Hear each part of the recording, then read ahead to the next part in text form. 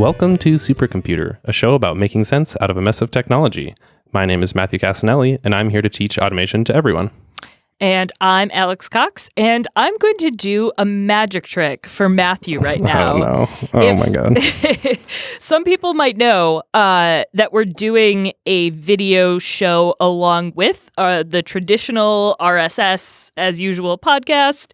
And I don't want people to... I freaked out, and I don't want people to freak out and think that we're doing an only video show and that you won't get the same thing if you are not watching the video, except if there are just certain things that need to happen over camera. And Matthew has created a wonderful shortcut that will take it'll take the timestamp from Overcast into YouTube and vice versa. Yeah. But there's a big caveat. We don't have enough YouTube subscribers to have a unique link. So even if you're never going to watch the YouTube video, just subscribe because, hit that bell. I literally don't know what it's called anymore. Gosh. Yeah. I have a shortcut that takes the Overcast timestamp link that you can activate with the Siri shortcut, and then it takes that link and splits it up and gets just the timestamp at the end, and then converts it into seconds, which is how YouTube can take you into a video. So basically you'll be able to run the shortcut and at any moment jump into the same moment of the live stream too, which is pretty awesome. But it doesn't work because you have to have 100 subscribers to get a custom URL, which is we should just create a shortcut that creates bots to subscribe. I don't. Oh man. But then once it does work, the shortcut will basically let you jump into the live stream at any moment, or not live, but yes, the video stream. Yeah, and the reason we are going to do video is just because some people watch it on YouTube, and I don't know. We're not going to be sold to Gimlet, or Spotify. I don't know what's even happening. Oh man. What are we talking about today, Matthew Casanelli? Today, I want to know about how you work, Alex, because you tend to ask me a lot of questions, and then I answer, and then interrupt you giving good responses to my answers. And so this is an opportunity. A change for me also, but I do just want to know how you work too, because I feed off of hearing how other people are doing their stuff, and that gives me so many ideas. So I want to, plus the people want to know. That's not true. I mean, I guess this is going to be not quite productivity porn, because I don't know if you'd call me productive. I do a lot of stuff, but isn't that? I don't know. What's the definition of productivity besides that? Doing a lot of stuff with the intention of doing that. That's my definition anyway of productivity, is getting stuff done that copyright David Allen Co. But getting stuff done that you intend to. So not just, checking off an arbitrary to-do list yes, I cleaned the dishes and then the sink and then the shower and laundry. But, being all right, I finished invoicing this client. I paid invoices. I don't know. All I can think of is cleaning and money tasks today. Thanks, Dayquil. But if folks don't know, I work for my job is working for Cards Against Humanity, which is a card company in Chicago. We make a silly game, and it's called a party game for horrible people. And my position here is senior AV producer. So basically I babysit our microphones and our cameras. My whole it's funny to call me a manager or senior when I'm again babysitting equipment. But it's more that I work throughout the company to make sure also all the computers are working, everybody is communicating well, and I also help produce the videos we make and stuff like that. And I use a bunch of nerdy stuff to make that happen. And primarily, I just want to get, I mean, straight off the bat, OmniFocus is indeed like the dashboard of my life. It is, if OmniFocus went away today, I truly would have to spend like 3 days rebuilding my entire workflow, if that makes any sense. Yeah, definitely. Are you still tied to things? Like, what would happen if things went away for you? This episode's about you, not all my mistakes. Fine. well, I mean, I'm rambling on Dayquil. What are you curious about so far? I mean, I think I'd like to know maybe like what a general day or week or time period is like for you and how you approach that. That's like, a good question. There's like the very minute details of like what app do you open first thing when you get to work versus like, do you guys work in a yearly cycle or something like that? Or, I mean, and also, I understand also no company secrets because that's where... all those trade secrets about the plastic coating we put on the cards. It's very, that proprietary information. This is some hot tip I can share. The cards are completely organic in that, I mean, not the ink, but like it has a water coating. So if you eat them, you probably won't die. I've eaten a lot of them and I haven't, I'm still here. So, there's, you heard it here first. That might be the first time on the show that you've mentioned how you eat random things. Okay. And before people say, I don't have pica, I promise I eat random things for various magic tricks and because people pay me to do them. Entertainment purposes. And also I have genuinely eaten things by mistake. Thinking the most infamous, I guess, is when my friend sent me some stickers of like cupcake toppings, and I thought they were just edible stickers. They were just stickers. And since I am a super taster, I thought I must be doing something wrong if I can't taste them, so I just kept eating them. That one gave me a bit of a tummy ache. But anyway, I definitely start my day.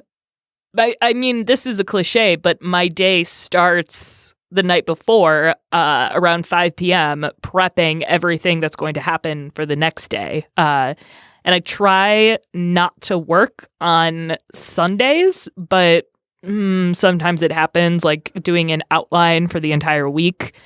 And that happens in OmniFocus. I don't typically, like, I've got all the tasks, but I try not to put due dates on things unless it is super critical. Like, I will get fired or someone will die if this doesn't happen. When I fall out of that practice, I will flag things, which literally puts a badge on my Mac, on my iPad, on my phone. Everything is a terrifying red badge. Not of courage, but of fear and anxiety. And that's really like, okay, time to get real right now. And so, sorry, go ahead. I want you to keep going, but I do want to ask questions about what you were doing. Just in general, do you do the no due dates for non-essential things so that it doesn't get muddied up with like what you actually have to get done? Yes. And this changed this year, or rather last year, with the addition of tags to OmniFocus.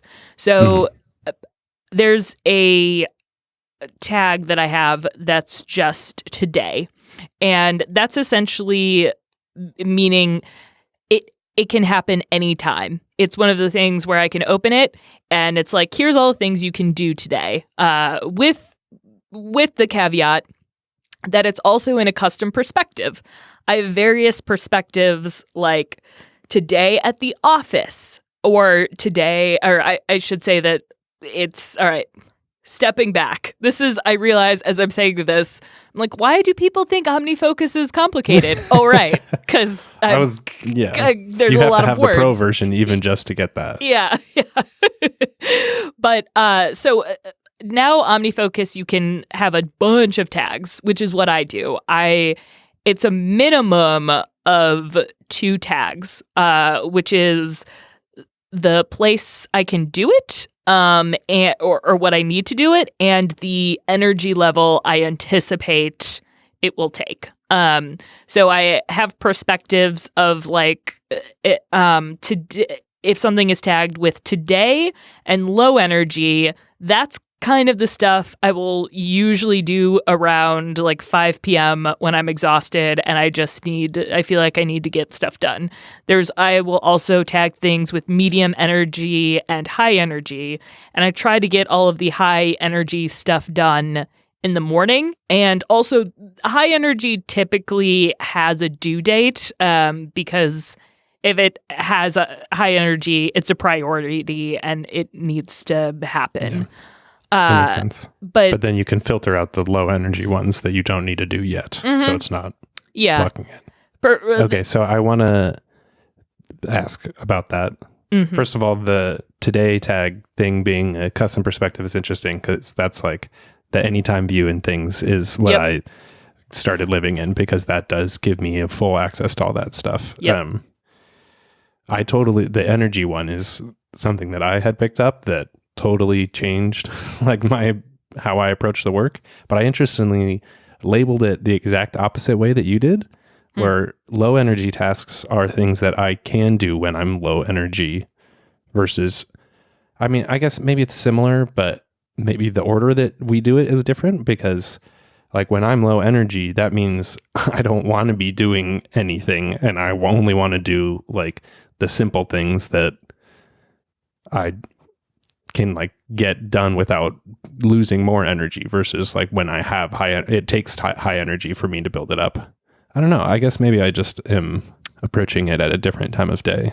And I think I sort of explained that poorly in that, like, it's the things I'm doing like when I have low energy, if that makes sense. Yeah. And okay. It also depends on the time of day. Like if I got a terrible, just tiny amount of sleep, sometimes in the morning I will do a bunch of low energy things just to almost psych my brain up.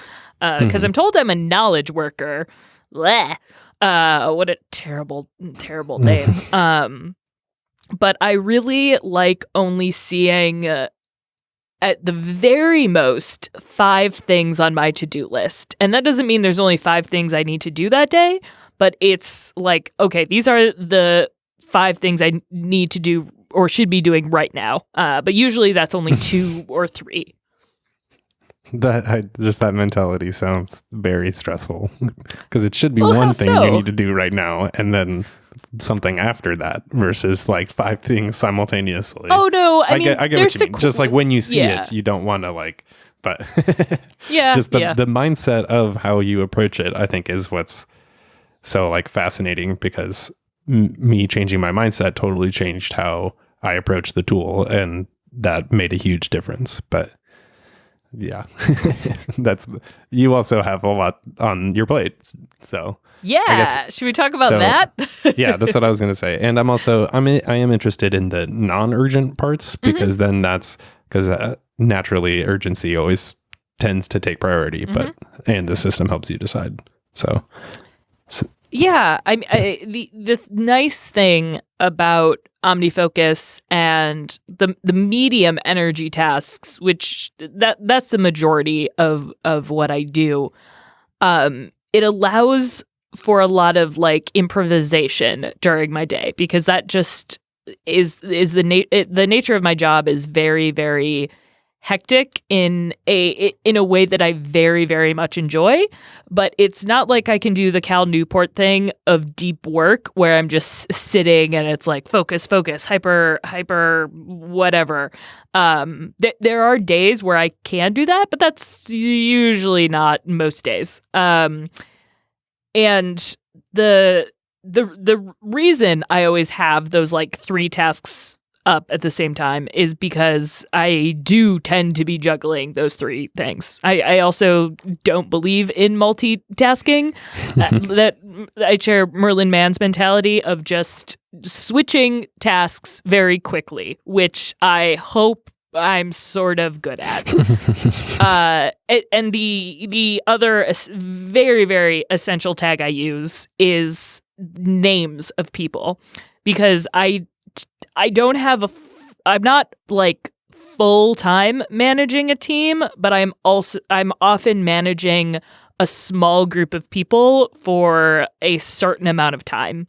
So we don't usually have shared to-do lists. We have a shared like checklist. And the reason for this is it's usually on-site things for like a live show or a video shoot or a recording of a podcast. And that is just a checklist of, okay, this thing needs to happen, like, and the end result is press the record button. But then there are follow-up questions. I think Mike Hurley calls this aftercare, which I think is adorable because it's like a awesome. BDSM word for work. And all of those tasks are tagged with the people I need the action from, or if they're waiting on something for me. So in OmniFocus, everything should be a verb, and so I'll be like, send file to Bob, or bother Max for his side of the audio track. Just thinking about podcast things, and that is really helpful when I'm doing reviews, which is another OmniFocus specific thing, and in that you're supposed to look at all of your tasks across the board at least once a week. And I'm pretty good at doing that, so I don't end up having like 800 tasks in my to-do manager at once. That's bonkers. Mm-hmm. So did you all like collectively decide on what that checklist should be and like improve it over time and things like that? Yeah, it's kind of the mentality of the travel checklist. Like once you've forgotten something, you add it on, and then that hopefully never goes wrong again. So literally though, is it in like Google Drive or? Sometimes it is. Sometimes in like it'll live in Google Docs, but a lot of times it's literally printed out and either laminated or it's just a sheet of paper. And people are literally checking it off. Or in my own production type stuff, I'll have it just in an app on my iPad and make people poke it like, yep, this has been done. That makes sense. But I got that laminator and never used it, which is man. Because that leads back to like, I don't have any of these checklists, or I've been building them and I have a couple, but that's definitely like the hardest part, especially is like, first of all, recognizing that you have to make a checklist because that goes so far. Like so many things in my life lately have been like, oh yeah, I just wrote it down and that made all of the difference. It's very silly, but now I'm like trying to establish, I think like last week I messed up your side of the audio because we did something brand new with video and how you export it and import it. And having a checklist for that is absolutely something I need right now, because it's hard when you I'm no longer editing just a podcast. And so it's like creating that collective checklist of I need to print it out and get my whole marker thing too, because that sounds great. Oh, I love those markers. You have the checklist, and I mean, you mentioned podcasts, videos, and like shoots for something else bigger. Like, is that like weekly? Like, it does seem like you guys have even a auditorium or whatever. That's a generous way of putting it. Yeah, we have what's called a black box theater. So a theater that can be turned into whatever you want it to be. And I often collaborate with our artistic director for putting on live shows, streaming those live shows, or alternatively, we often do live shows at other venues. So that's, those are all separate checklists. Yeah. And Because when you have to take all your gear. Yep. There's a gear checklist, and it's essentially like a run of show in theater. You know what I mean? So that's kind of how we approach most things, as like an event that needs to be produced, if that makes sense. And it generally works out. Yes, that's a day-to-day thing typically. But those checklists, for example, again, like those are on site, but sometimes it's in OmniFocus. It's like, okay, gather the gear, or tell Tom to gather the gear. And then when he has checked off the checklists, I know that this has happened, and then I can mark it done in OmniFocus. But there are also recurring tasks in my OmniFocus that it would kind of be silly to have a checklist, because only I'm responsible for them. Like just certain daily like studio tune-ups and making sure that things aren't on fire. So you don't bother checklisting that? I mean, it's a template in OmniFocus that could be a checklist. Sometimes I will hand that off. If I'm going on vacation, I will create that checklist for another person, but it's just recurring tasks in OmniFocus that they have a due date for every single day, and they're low energy. And those are one of the few things that have a time, it's like, okay, this should be done by 11 a.m. And if I don't complete them, I get a little bleep bloop, make sure that this thing has been plugged in or something like that. Okay. Just to go very specific, and I'm sorry if people don't have OmniFocus, but is this a project in a folder? And I know that there's also the task itself, and then you can have like the checklist part of it be nested underneath the single thing. Is that how you do it, or what? I think it's called... I have a project called, I can look, I have the technology. I've tried to get rid of as few, or get rid of as many folders as possible. But my 3 big project folders, like the 3 areas of my life, are Cards Against Humanity, podcasts, and personal. So in the Cards Against Humanity folder, there's events, Some Office, which is the name of our office, and then other projects I'm working on. But Some Office is, then I could have a nested checklist. Like I could have a task that's like complete morning routine, and then a list of things that I need to complete underneath that, but it's a bit much, and yeah, that's why it's I'm super curious. fiddly. I used to be that way, but then if you need to change something around quickly, it just gets sort of muddled, and tags have taken the place of a lot. Tags and perspectives really have changed the way I think about folders and nested tasks and stuff like that.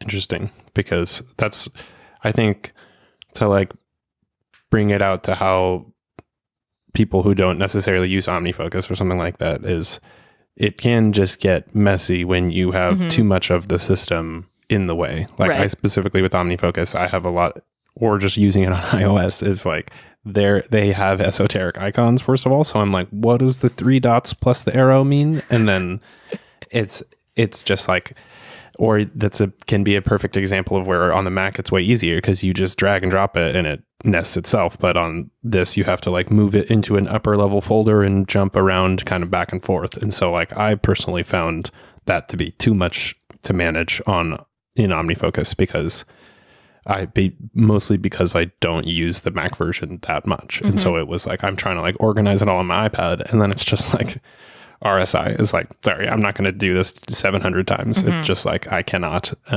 because, and some of it, I think, so anyways, the main part is just like, do you end up creating, like with OmniFocus, I would end up creating like 150 tasks for the day, when it's really like, I have 5 things to do with checklists within each of them. And it would just like I could never forecast because of that, because it would be like, just depending on the checklist, if it was slightly longer, made it seem like my day was that much busier when really I just had tried to have a detailed checklist or something. And that balance can be hard. You'll drive yourself real crazy real fast. If I mean, forecast, the forecast view is kind of like, would you call it's similar to the today view in things, kind of, sort of? Yes. Yeah. The one cell in that, I would say, but it also shows you like the next week and things has upcoming. Right. So I think that's a nice, like your perspective is the today view in things, where I just see, and I started changing the way I use it too. It's only things that actually have to happen get assigned for today. And then I work out of the anytime field so that I actually do things that aren't just due today, because that's what I've totally found. Yeah. Or I try to like assign something that was due today that didn't really matter. And things is more forgiving than OmniFocus, where if it's assigned to today, it will move to the next day if you didn't finish it, versus like deadlines are kind of due dates. And so it can be philosophically like a little different, but even the same thing of like tags, actually, like the way you structure your projects should not be how you decide to do the tasks within those projects. And I think that's what's really confusing. Tags enable you to assign different ways that you can look at a task and then group them by that. And then you're like, okay, I am low energy. Or it's like, I started doing like, I have to be in my office in order to use my Mac. And so any of those things I can't see. I think things doesn't have exclusion, where you're like, I don't want to see things even though I'm in this perspective. And so like, but it honestly, it's like, that's why OmniFocus is so confusing, because you can wrap your head around it and like make this beast into it, but it's not always immediately there. Yeah. I typically don't suggest OmniFocus to folks who only have a couple projects like in their life. Like, I mean, and I also tell people to always start with the forecast view, because it's like, okay, here are the numbers for all of my weeks, but the number of things I need to do for the next week or the next month. But then, like you said, as soon as you get into nested stuff and all of these tasks, it can look crazy, which is why I rarely use the forecast view, unless I'm like on vacation, and then it really is like, okay, this like one thing just happens to need to happen today. But at the same time, I really don't want to see like, hey, export this thing for Supercomputer when I'm literally on site somewhere doing something that there's absolutely nothing I can do. So it's just like, I guess that is part of trying to be as hyper-focused as possible. It is like OmniFocus, while it isn't intuitive like for my hands, because I need to like poke things around, like you said, there are sometimes arbitrary icons and glyphs. It works with my brain UX, not my finger UX.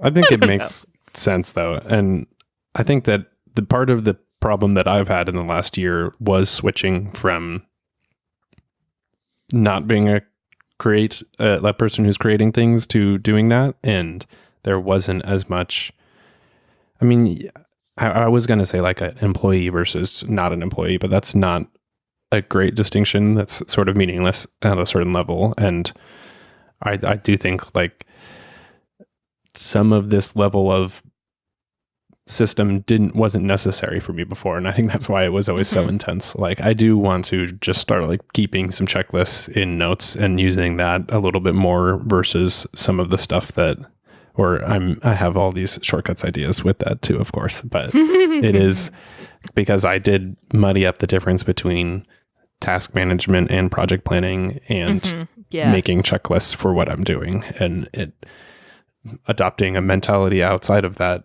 is like, I've only ever been in the daily mindset, and that makes it really hard to do things like longer term planning. And so I'm curious some of that, like obviously at a company, I think the hard part for an independent worker like me is I'm just doing it all myself versus you guys just have like, monthly meetings or team checkups and stuff like that probably push those things along, or just, I mean, it's like a business that has to pay its employees. And so you have a constant motive to be doing like ever new things or growing and stuff like that.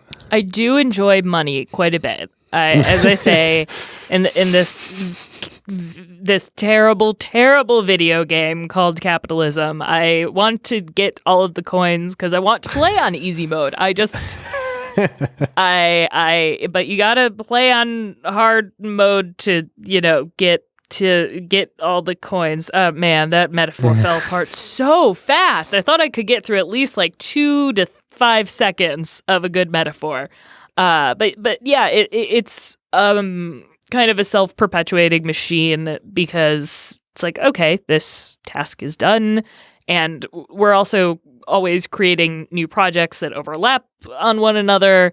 So that's why OmniFocus is essential in terms of like views and stuff. I will say notes, Bear, and drafts are all great for planning checklists, and Bear and drafts specifically because those also have tags. I have a tag called checklist, and then again, I have the technology.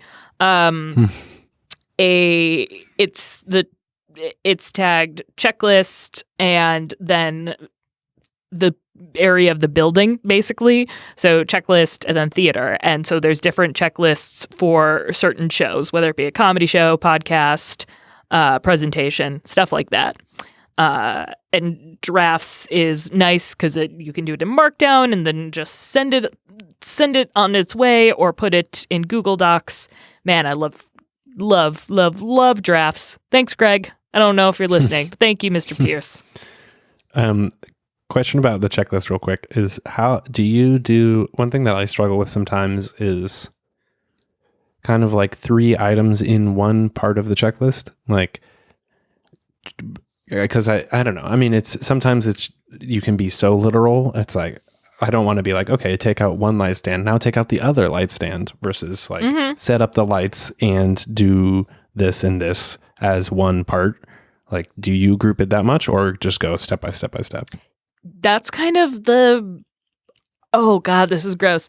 That is the art of checklists, I would say, is making sure every single step in there, while it's critical, is not over-explained or under-explained. Like, it's not like, get out battery 1, get out battery 2, get out battery 3.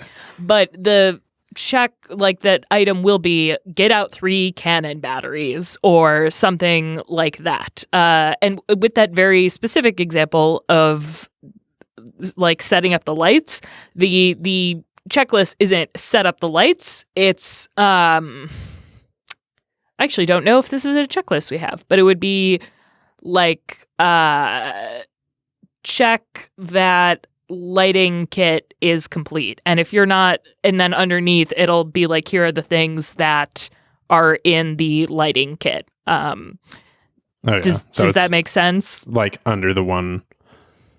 Yeah, I mean, I guess it depends on what system you are using and how it displays. It also depends on like the team you're working with. Because if things become so detailed, people will skip over it. If things aren't detailed enough, people will check it off midway through. If it's like pack camera bag and it's half packed, like people will just check it off. I am totally guilty of this too. Like, it's hard. So if anyone was watching, I was just trying to find an article that I actually saw something this week that I need to reread, that it was talking about like follow on tasks where you check it off after you're done versus I don't remember the other term for the other way where you check it off before you do it. It's like you check it off, then do it. And often. Why would you even do that? But I think it's basically like, there's reasons. It's like, do you need to know this information before you do the thing? Because it like that, you have like the list of the switches that you actually need to hit versus you just need to do it once it's complete. And the problem is that nobody ever makes that distinction. And so your checklist is a mix of that. And then you're like, wait, I didn't remember to do this before. And like, cause that's my problem. But I guess also real quick, do you use the Apple Watch? Does the OmniFocus let you have the checklist in the Apple Watch version? Yes. And okay, that's awesome. Things can do that too. Yeah. I typically only use that like when I say on site, I guess I'm specifically talking about the live shows we do. And then it's just popping up like, let's say something, and this hypothetical always happens. Someone calls me over to do something else, and then I've done this thing, and I'm like, okay, what even was I doing? And then I just look down at my wrist, and it's like, oh, yes, you were replacing all the batteries. Cool, going back to that, because I have not done the little bleep loop to say it's complete. And again, that's why I think OmniFocus is really powerful, because you can be taken away from something and then immediately get back into the mode of thinking that you should be in. So I guess that's awesome. I guess that is why I think I'm good at not multitasking, quickly switching tasking because of OmniFocus, really. Yeah.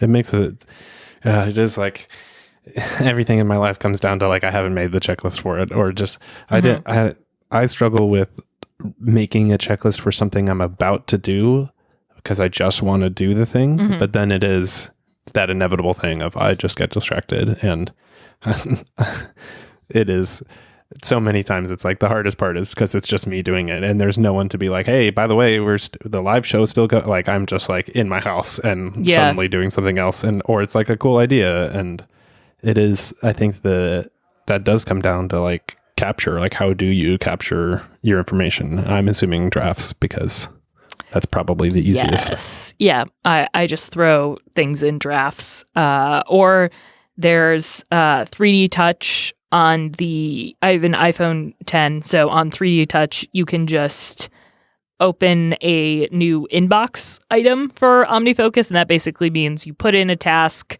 and you don't need to put any tags or put it in a project. It just lives in the inbox until you can put it where it should live later. Nice. I don't use 3D Touch at all, and I should more. I shouldn't have gotten okay, I won't go too far aside, but I don't want the 10S Max anymore because it's too big. Yeah, thank you. I know. It flies around, and so it makes capture harder as part of the problem. Yeah. I do use Drafts Watch app, but sometimes it does lose the dictation, and that is like, I can't do that. Because then it's like, that's the point of dictating it. Right. But okay, that's super interesting. So I guess with larger planning stuff, you're like part of it, or does that just kind of come down from above? You're not like actively, you're not in charge of the company, I guess. So yes, no, unfortunately I do not own a card game company.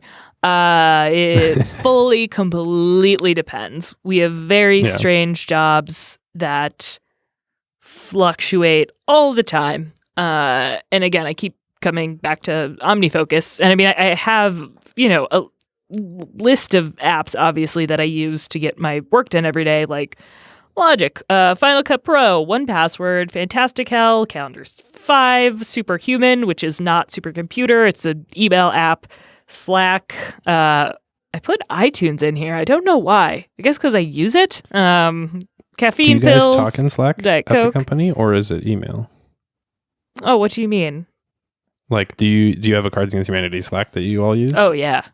Okay. Yeah. I'm just wondering how much of the email is internal versus external. Oh, hard. Well, email. That's the thing. Email is typically every email ends up being its own task, really, because when I get an email, someone is usually asking me to do something or giving me something to do, and that's usually with an external vendor. Another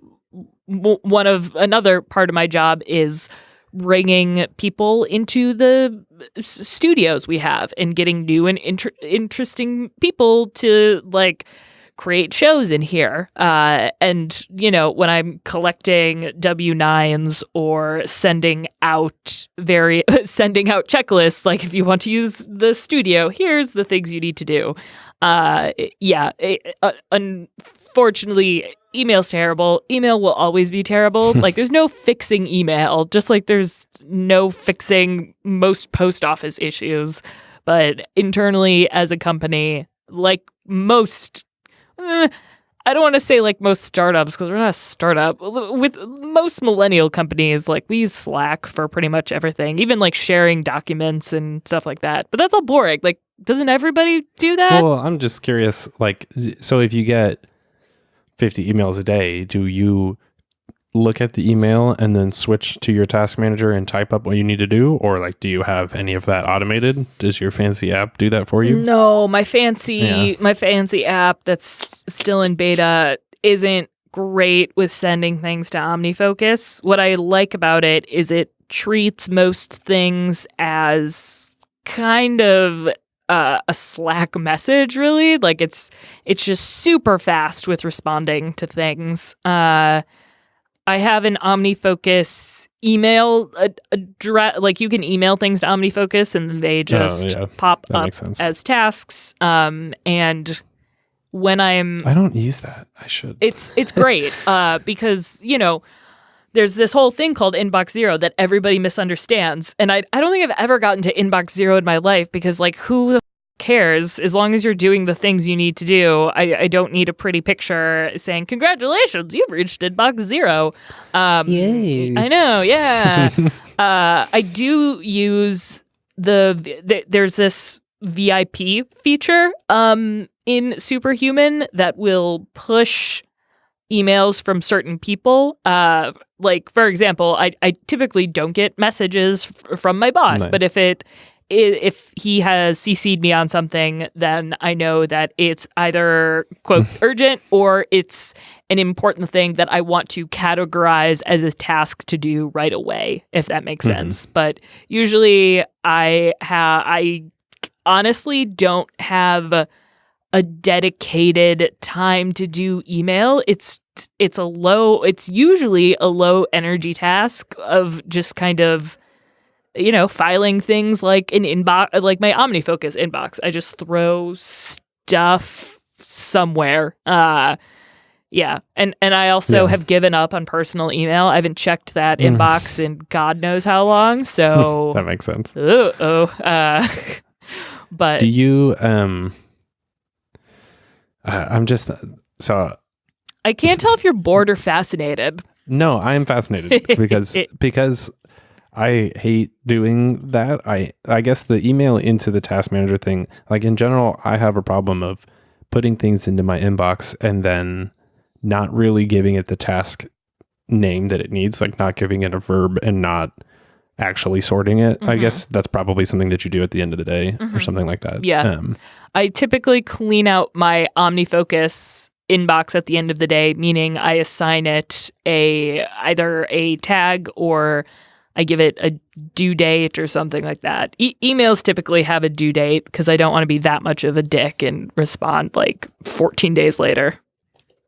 I think what I was realizing during all that was how just like for me, email is, or like clearing out my inbox is not a low energy task. It's something that I feel, at least right now, takes more energy than being like, I am out of calories and hangry now. I'm not going to like go manage my inbox. And it is like dawning on me that my problem in many ways is my approach to those things, or like even by recognizing that something is higher energy that shouldn't be, is like, okay, why? And like what approach am I taking to that is creating this situation where, it feels like impossible for me to open my email inbox and respond to them. And I mean, for me, I guess me personally, it's like, that's not where my job occurs. And so it doesn't feel necessary. And so it has become like a thing that I'm like, oh, now I have to check my email. And maybe that's because I don't have a super exclusive fancy app. Yes, all of your problems are going to be solved when the Superhuman app comes out. Oh, and I should say, I use multiple email apps.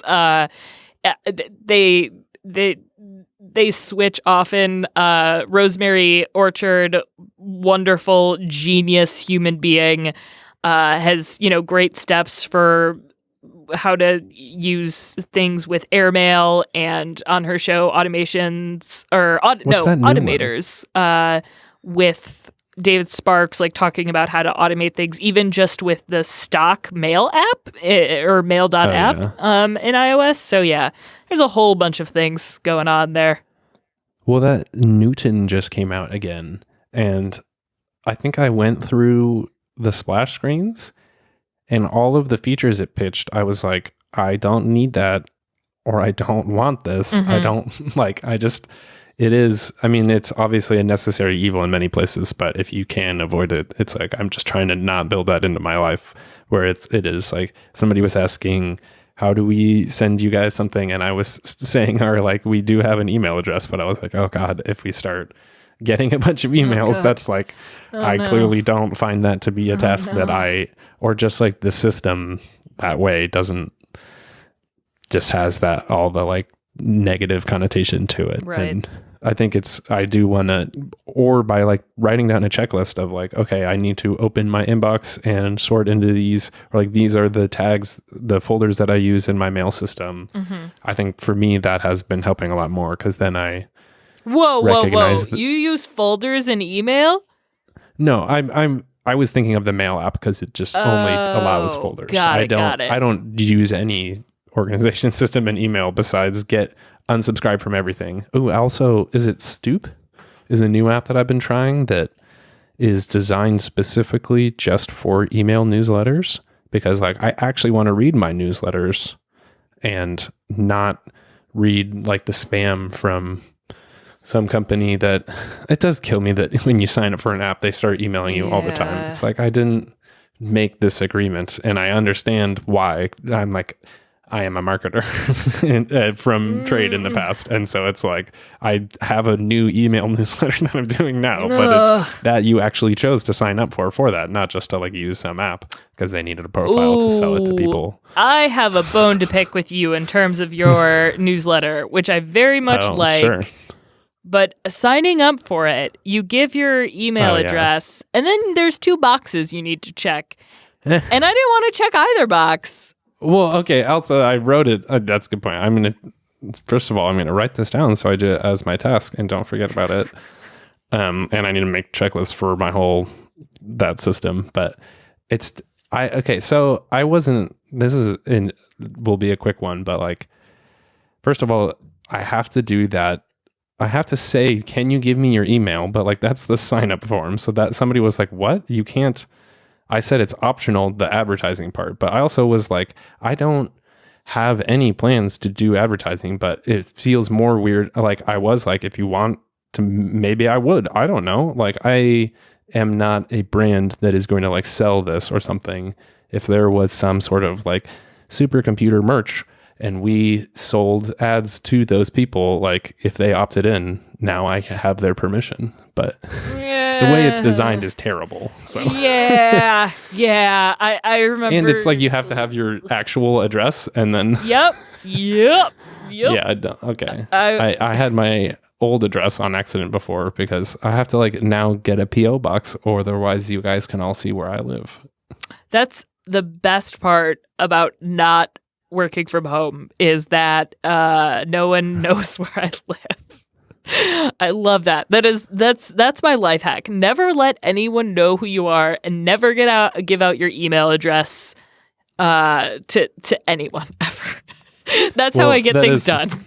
Yeah. I mean, that's part of how I'm making my newsletter is like I'm learning as I'm going, because I was waiting until I made it perfect before I started sending it, and that didn't make sense. And so instead I built it into how I'm doing it.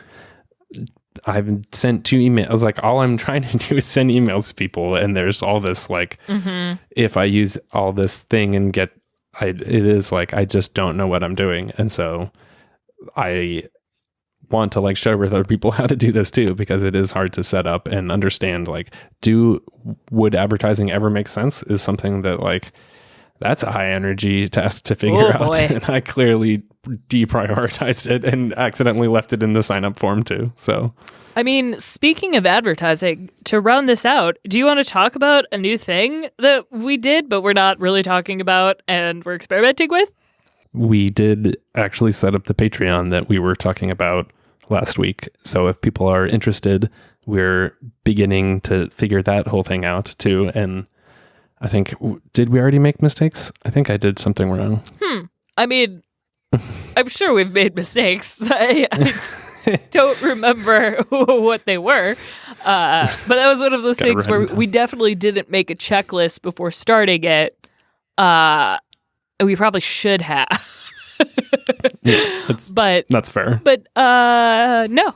It's I'm very excited about doing strange projects because that's like what this show is about. And if you're listening to this now, you've missed us live streaming and brainstorming ideas for season 2, sort of starting episode 21, because I want to do more weird experiments and more, not just teaching people how to use their technology and having it really be accessible, but like I was just thinking when you were talking about the mail stuff, like couldn't you do a shortcut where it's like pull in all of the, like people could DM you their email and then like you could pull all of them in, or like if there was a Google Sheet. Yeah. Email is tricky. In general, shortcuts is tricky because some stuff isn't possible that should be, and or it's like just now changing. Like as we record, they just added some new notes actions, but it's not available to everyone. So it's like, how do we share all this? Right. I think I want to spend more time figuring out how people can use like building shortcuts specifically for people with Supercomputer, the audience, and also doing live streams where we have people come in and help us, or I don't know about necessarily helping us, but you can sort of see how we're planning maybe the show or some of the other stuff that we're doing. And I mean, you can help me. I need help with so many things. That's what I do. Just want to work in public a little bit, and because that's where you can grasp some of what is so complex about using shortcuts, or some of the things that just happen in daily life around using iOS. Or I'm getting more back into the Mac too, although we took us 30 minutes to start recording this episode because we both had to restart our computers. Laptops are so bad. They're so bad. I hate laptops. I'm interested in connecting more with people to directly over the supercomputer universe that we're creating, and I want to help people with their own shortcuts, and we're doing home screen smackdowns also. So that thing I used to do for free, and then it really stressed me out. I was like, wait, give me your human dollars, give me your video game dollars so I can feed my cats, please. And I want to, for season 2, I personally, like I said at the beginning of this one, I'm going to interrupt you less. I want to focus more on topics so that it's easier to wrap your head around some of the shows and have them stand a little bit more in time so you can learn about how we approach checklists or something like that. And maybe do some guest stuff. So that should be interesting too. Or actually have guests on live streams. There's a whole lot to explore, and now I know that you know how to do all this because that's what you do for your job. Yeah, so I do. It will help me make the checklists because using knowledge that already exists instead of recreating it over and over again is sort of the theme of that. Jobby jobs are useful for things other than keeping yourself alive with healthcare and feeding your cats. Turns out. Another life hack. And working independent, definitely you lose perspective on some of that, because I miss some of like, oh, I can just talk to one other person without feeling like I have to like monetize it or something too. So I mean, yay monetization. I mean, we're basically the gig economy of podcasts. Like, do this, give us money. Matthew, where can people find you online for free? They can find all of my YouTube videos on youtube.com/Matthew Casanelli, and I am linking out to more shortcuts posts on my blog, but the newsletter is the way to find it all collected to your inbox each week, and that's MatthewCasanelli.com/newsletter. And you do not have to sign up for the GDPR advertising if you do not want to. What about you? You can find me at the Supercomputer Instagram, and that is @_Supercomputer, which we're going to do some more fun stuff with that. And me on Instagram at Alex Cox, spelled COX, not the other way. And I normally I didn't care about followers until recently, because now there's that little swipe up dingus where you can link to stuff. Follow me on Instagram. I want to link to dumb stuff. Like, just like, here's a GIF of my cat. I don't know. I want the power. And so that we can get this shortcut going, make sure to subscribe to, oh my God, I just realized you have to search Supercomputer because it's a random string of characters right now. But we'll link it in the show notes too. What a dumb... It's like a giant corporation doesn't have our interests at heart. They don't care about We're just small uploading things. hours and hours of footage for free. All right. Well, thank you so much for listening. And this has been another episode of Supercomputer. See you later, nerds. That was fun.